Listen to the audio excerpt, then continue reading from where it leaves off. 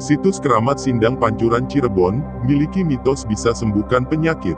Jika berkunjung ke wilayah Cirebon Timur, tepatnya di Sindang Laut, cobalah singgah di situs Keramat Sindang Pancuran. Situs tersebut tidak begitu jauh dari jalan raya, tepatnya di Desa Sindang Laut, Kecamatan Lemah Abang, Kabupaten Cirebon.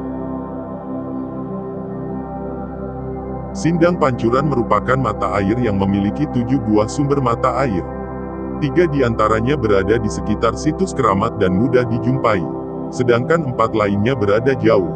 Ketujuh sumber mata air tersebut masih berada dalam satu aliran sungai.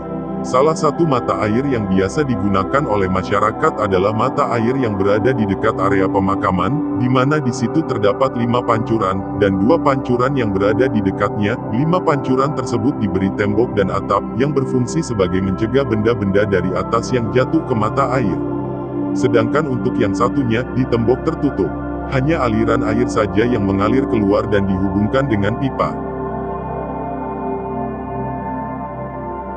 Menurut kuncen situs Keramat Sindang Pancuran, Maksudi, tembok tersebut dibangun oleh Belanda, yang berfungsi untuk mengalirkan air dari mata air menuju pabrik gula di Sindang Laut. Diperkirakan usianya sama sejak dibangunnya pabrik gula Sindang Laut, yakni sekitar 1896.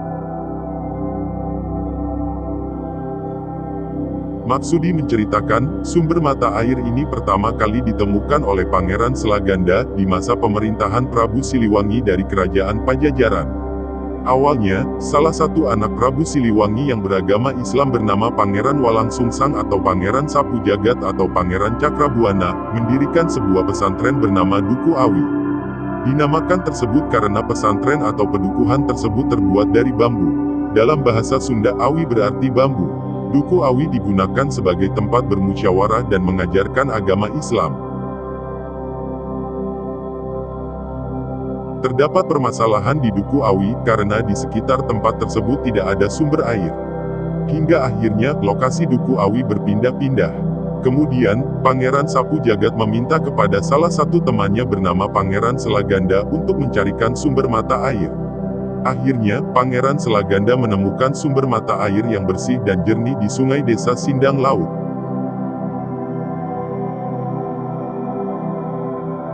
Karena airnya terus memancar, Pangeran Sapu Jagat dengan prajuritnya membangun tempat penampungan agar air tidak terbuang sia-sia. Akhirnya Duku Awi pun menetap di situ. Kemudian oleh Belanda, mata air tersebut pun diperbesar, ditemboki, dan diberi atap supaya lebih terlindungi dari benda-benda yang masuk ke mata air.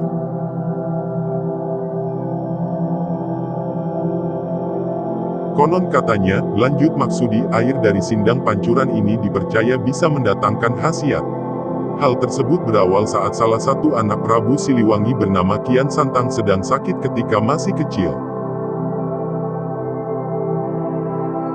Prabu Siliwangi pun memerintahkan sang kakak Pangeran Walangsungsang untuk mengambil air yang ada di Sindang Pancuran.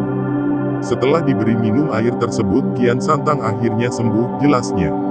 Hal tersebutlah yang akhirnya membuat masyarakat sekitar, bahkan dari luar daerah, mendatangi Sindang Pancuran untuk mendapatkan khasiatnya, seperti menyembuhkan penyakit, penjagaan, serta muhabah atau pengasihan. Mitosnya begitu, Sindang Pancuran diyakini oleh warga memiliki beberapa khasiat di antaranya penjagaan, kejayaan, dan pengasihan. Tapi sama warga sekitar biasa digunakan untuk beraktivitas seperti mencuci baju dan minum, pungkasnya.